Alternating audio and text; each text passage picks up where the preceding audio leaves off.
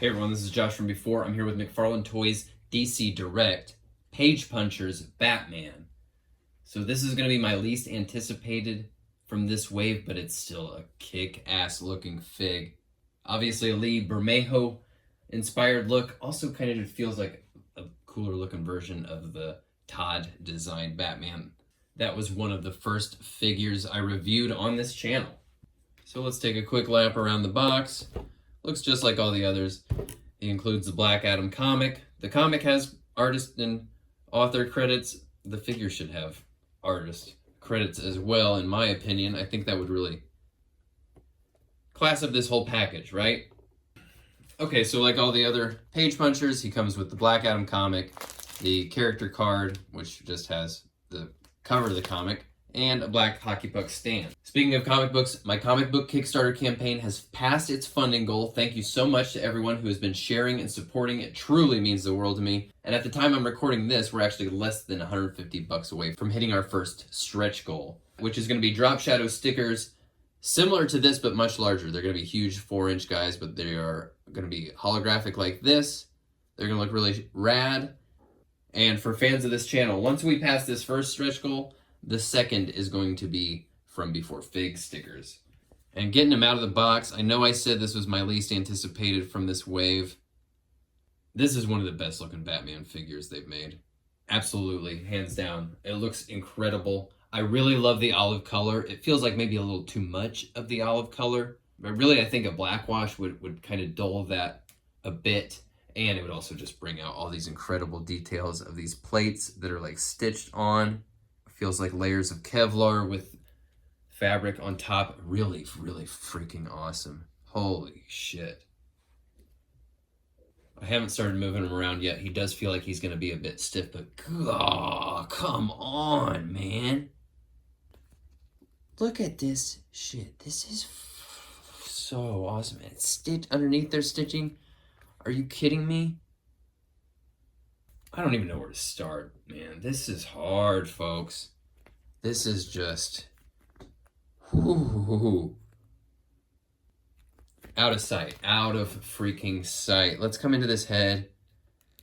This is one of my favorite looking masks, head sculpts that they've done. I like the modern looking military armored look. I've said before, I don't tend to love the armored look for Batman as much. This one is really, really working for me.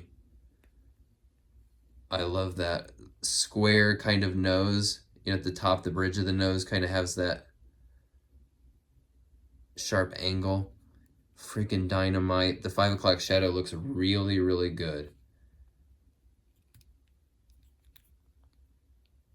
He's got a bit of a sneer. Oh. I mean, just even look like this, guys. Folks, this is tough. Wow. Wow, wow, wow, wow. Guys. Woo. I don't even know what to say. Start moving him around. We moved his head around a bit. So sometimes you can get the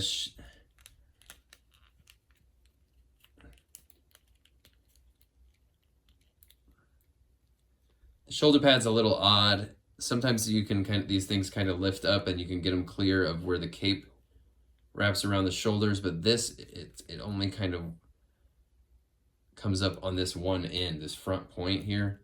Getting the arms raised though is not seeming to be happening, like not a full T at least. The T is going to have to happen more like this with the arms going back and under there. You want to get those plates over the top of this torso piece. You can see how that's working there. And then biceps work from there.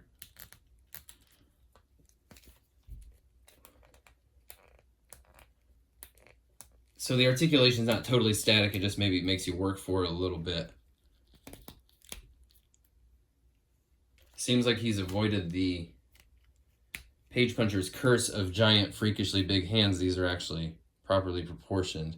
Have some little paint on there on the knucks, on the fins.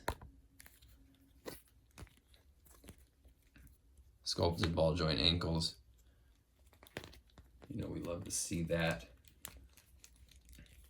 Zero forward movement at the abs, and limited in other directions. Of course, rotates at the waist.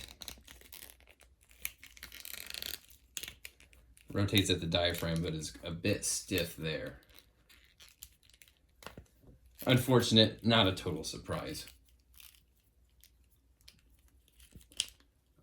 I'm fairly surprised, though, that these legs have a decent amount of range. Forward, back, even some rotation there at the hips. He's actually got pretty good kicks. He's actually got pretty decent double knees that actually don't look too egregious. Obviously, you see the hinges there, but as far as the ugly cuts, this one does not have those just like ugly, abrupt edges. Coming down to these boots that are just tremendous, guys. This like stretchy stuff, it's freaking cool. Stretchy stuff between these plates. Love these details. Sculpted ball joint ankles. That's what we want. Feels like a slightly more realistic toe placement, being down there very, very far at the bottom of the feet. And of course, like I showed you earlier, that freaking awesome rubber sole combat boot look under there. Badass. This is badass. I like the olive. It's a little much being head to toe, that color, but I think a paint wash, like I said, is going to knock that back a bit, and this thing's going to be really good. Really good. He comes with one batarang, probably one of my favorite batarangs they've done. Great shape. Pretty good size. It is a bit big, but when it goes in his hand, I would imagine like this. Dope. Definitely a kind of Dark Knight Nolan shaped batarang. And really, I know it's not exact, but the way that with these kind of armor plates and this very modern look, this might end up being the one you make a Christian Bale out of. At least the body. Like I said, I know it wouldn't be perfect, but it would kind of capture the spirit of his costume and quite a bit of the silhouette as well. So here he is with the rest of wave 1 of 7-inch page punchers from DC Direct. Hell of a first at bat here, folks. No pun intended. Of course, these are essentially DC Multiverse figures, so it's not like Todd just came out of nowhere and just dropped these incredible figs. They've had a lot of R&D and iterative improvements throughout the course of the Multiverse line, but these do feel a little bit plussed up, whether it's the accessories they included, the sort of maturity of the sculpts and the color schemes, things like that. Pretty exciting. And they come with a comic book. That's very rad. I'm loving this Page Punchers line. So we'll look at him here with a bunch of other bats, and this one really just feels like the perfect storm of some of Todd's favorite details. Older bat, brick shit house, modern and tactical. As far as looks go, this guy stands up next to the best of any of Todd's DC figures to date. Out of sight. While we got all these bats here, I'm sure you know at this point that frequent commenters and participants on this channel are inducted into the From Before Figs Rogues Gallery. Today's entry will be our great friend Clayton Stevens. Clayton, thank you so much for showing up to all the live streams and premieres lately, participating, making friends, hanging out. That's what it's all about. Great to have you on the team. Let's hear it in the comments for Clayton Stevens. All right, gang, like I said earlier, my least anticipated of the wave.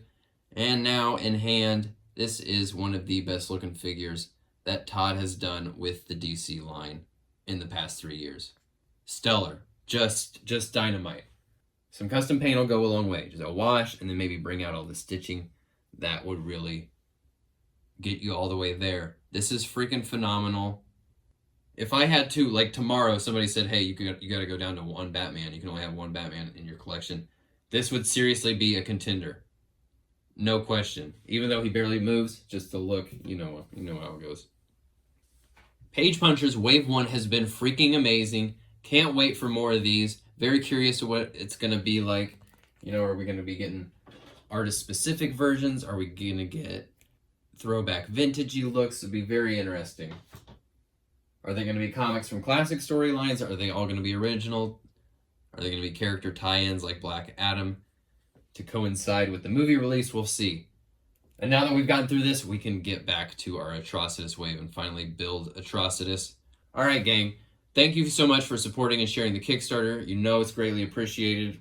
It's a true team effort. We are really accomplishing some great things together. As always, thanks for watching, and I will see you next time.